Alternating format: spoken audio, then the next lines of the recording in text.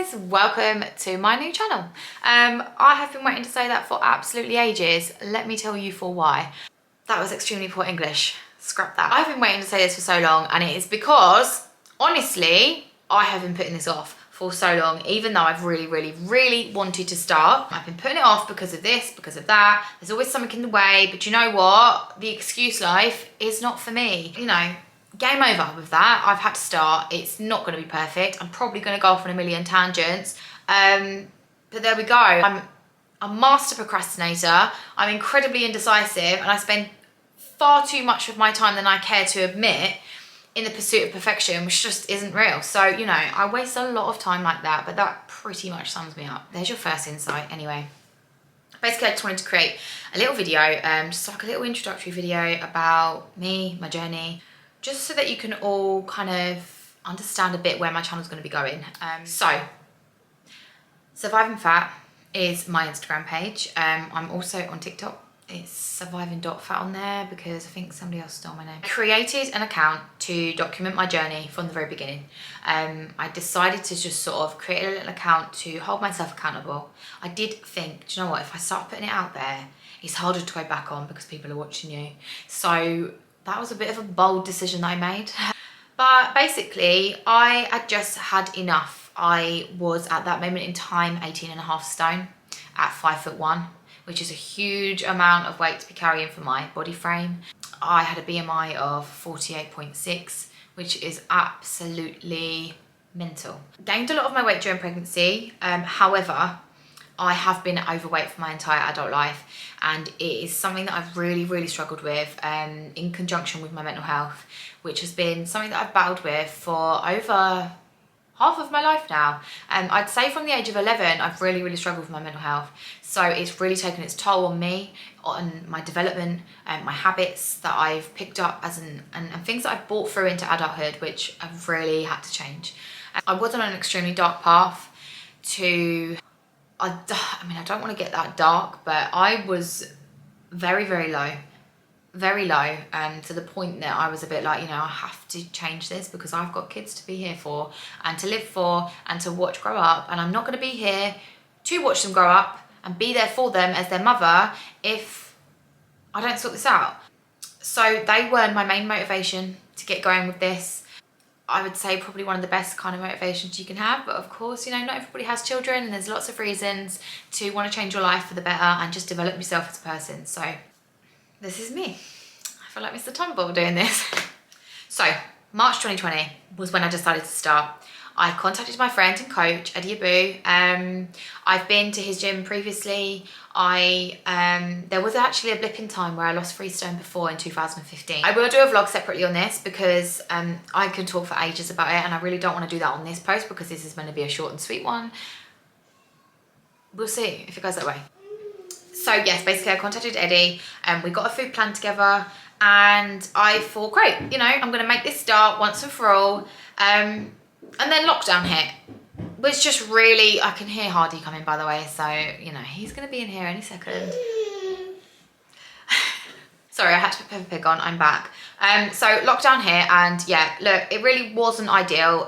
Definitely would have been my sort of prime example really of when I would have given a good excuse in to sort of give up and be like, oh, do you know what? The world's in a global pandemic. I'm gonna let this be my reason for why I'm not gonna change my body. Just like every other excuse under the sun that I would have ever sort of tried, to be honest with you. You know, it's a Tuesday and I've just eaten a biscuit, so oh, I have to start my diet next Monday now.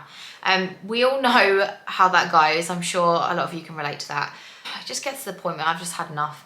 I definitely did the New Year's resolution start in the January of 2020. But again, I ended up starting properly once and for all in March, the third month of the year. I started on like a Wednesday, so it was midweek. It wasn't the ideal, perfect Monday start of January. It doesn't matter when you start, you can start anytime. So yeah, that's where I was really. Decided to sort of just make these changes. I did them naturally through diet and exercise. I have to say mostly diet because, as I said, with lockdown I couldn't train. So I did a few sort of garden home workouts when we had that really good weather. But you know, the novelty did sort of wear off of that. I was very limited with equipment. I was able to borrow some from the gym actually, which I was really grateful for. And I managed to make a few like makeshift things at home. I had like a metal pole that we filled with cement to create like a bar. So yeah, I got quite inventive with it. It was actually quite fun now I look back on it. But yeah, it was definitely a really hard time to sort of have everything to contend with, especially with all what was going on in the world. And trying to entertain 2 kids at home that are both young. I have Alba, who's 4, and Hardy, that's 2. And as I said previously, I gained a lot of that weight when I was pregnant with them. 5 stone with Alba and 2 stone with Hardy, and that's where the 7 stone came from that I've lost. I had a really difficult time with my pregnancies. The actual pregnancies themselves were fine, other than my mental health with anxiety. Sadly, me and Max lost a baby just before we had Alba, so I was terrified of losing her when I did find out I was pregnant, and I was just scared of doing anything that was going to mean that I might have miscarried. So I just kind of stopped doing everything. I stopped going to the gym, I stopped doing everything, and I was pregnant over winter, which, you know, isn't the time that you want to be out exercising and going for fun walks. So yeah, it's difficult, and I gained a hell of a lot of weight, and it was really hard. And obviously the bigger you're getting when you're pregnant, you're heavy, you're uncomfortable, your joints hurt, everything, you know, life can be a bit of a misery sometimes when you're pregnant. Do you know what, I'm really keen to actually see, if I was to have another baby in the future, how different that pregnancy would be now that I'm actually a lot less heavy. Because, you know, pregnancy's tiring at the best of times, let alone when you're touching 18 stone and pregnant and looking after another child, actually. So yeah, I documented my journey as I went along. I did the 12 weeks with Ed, which I did quite well with. I lost about 33 pounds during that 12 weeks, which was a good dent at the 7 stone. I think that's what, 2 stone and a little bit. And, you know, I always had in my head that I would just start again. I would start again after I've done the 12 weeks with perhaps another 12 weeks. Let's see what I can achieve in 12 weeks times 2. So that's the way I've done this, and I've done this ever since. I've done 12-week cycles ever since, because I just think it gives you a short period of time to focus on. It stops you from getting overwhelmed with how much you have to lose in the long haul if you are somebody that needs to lose a lot of weight. So I really do recommend that kind of method. I would have a little break at the end of each 12 weeks. It worked quite well for me. Now, when I go on to talk about things with you on here, I want you all to know that this is all things that I've done and all things that have worked well for me. My methods and the things that I've achieved might not be the same for you. Try and seek as much advice and information as you can. Everybody, literally everybody, is so different, and all of our bodies are going to respond differently. So yeah, following on from pregnancies, I ended up having 2 emergency cesareans actually. Hardy was actually a grade 1 cesarean, so I had the full, had to be knocked out, Max wasn't allowed in. And cesarean section recoveries are very hard.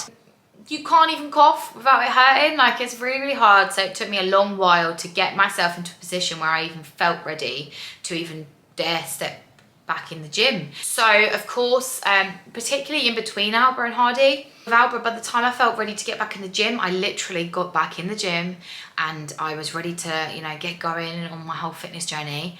Went in on a Friday. On Monday, I found out I was pregnant with Hardy. Some might say that was the best excuse I ever had. I didn't gain nowhere near as much with Hardy. That probably has something to do with the fact that my only pregnancy cravings was sparkling water as opposed to chicken dippers and Terry's chocolate orange with Alba. But anyway, you know, it was really hard to get back in the gym. And you know what? It's so difficult to get into the gym when you are bigger. It's very daunting to sort of step foot, and especially in the gym. My gym is a bodybuilding gym, and you know, if there's anything that's going to put you off trying to exercise, it's really super fit people that look incredible and literally look like they were carved by the gods. It's hard because you just feel like you are worlds away from that kind of person. But to be fair, what I have found, particularly in my gym, I'm not saying this is going to be the case all over, but actually the people that I'm surrounded with in my gym have been so respectful, so encouraging about what I'm doing, and I just kind of feel like, as an overweight person, you do feel like everybody's looking at you in the gym and everybody's watching you, and you're so conscious about your clothing. I'm still conscious now. I'm still pulling my top away from my tummy because obviously I have excess skin left, and I don't get me wrong, I still feel that way, but it can be so daunting, and you feel like everybody's looking at you, but actually there are so many people that are looking at you fully respecting the fact that you're overweight and you're in the gym trying to do something about it. I always had to really force myself to remember that, because I certainly never felt that way. There's so much you can do with just your diet. The gym aspect can come into play a little bit later on. I do really think it's been hugely beneficial that I have been training as well since I've been allowed to train after lockdown, because obviously as the fat's decreasing off my body, I have still been working on my muscles underneath and building a bit of muscle, and just making sure that actually, even when I'm losing this weight, I'm not kind of just going to like a real flabby mess, obviously aside from the excess skin. I wanted to make sure that I had a bit of shape going on underneath, ready for when I can kind of get to the point where I want to start building up, because that's the next stage for me now. I want to get a little bit more fat off my body, and yeah, I'm going to start building muscle and going from there, and sort of really toning up, and eventually hopefully get my skin removal done. A little bit undecided at the moment on whether I'm fully finished completing my family, and that's the only thing that's putting me off getting surgery done at the moment. Obviously aside from the money aspect, because it's going to cost me a lot of money, but do you know what, it's kind of like the cherry on top for me. Let's not think about cakes, Georgie. It's, it's the cherry on top to get my skin done and be able to really see the hard work I've been putting in with training and stuff lately and things like that. So I don't want to blab too much because I need to save something for some other videos. But yeah, let me know any suggestions you have of topics of, subjects that you want me to talk about. I'm quite an open book. I'm open to ideas and suggestions and things like that. So I will be creating different sort of videos about different things, and we'll go from there and see how we get on. Feel free to like and subscribe. Need to get used to saying this. Feel a bit cringy. I don't care, I'm a YouTuber now. Like and subscribe and share. Send it to your nan. Just help a girl out, I wanted to create just something for people to sort of be able to maybe relate to.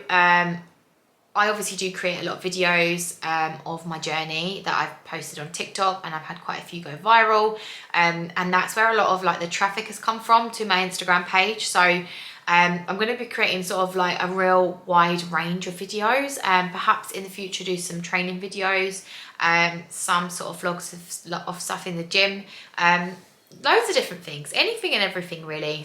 It's just going to be my little space to keep it real with you and talk honestly and openly about my journey and my life and how I've recovered from, being morbidly obese, being sort of a lot healthier and happier, and also my mental health recovery. I say recovery, it's not like I'm healed, because don't get me wrong, I still suffer with anxiety at times, and I do get some depressive episodes. I do genuinely believe that's something that's probably going to stay with me now.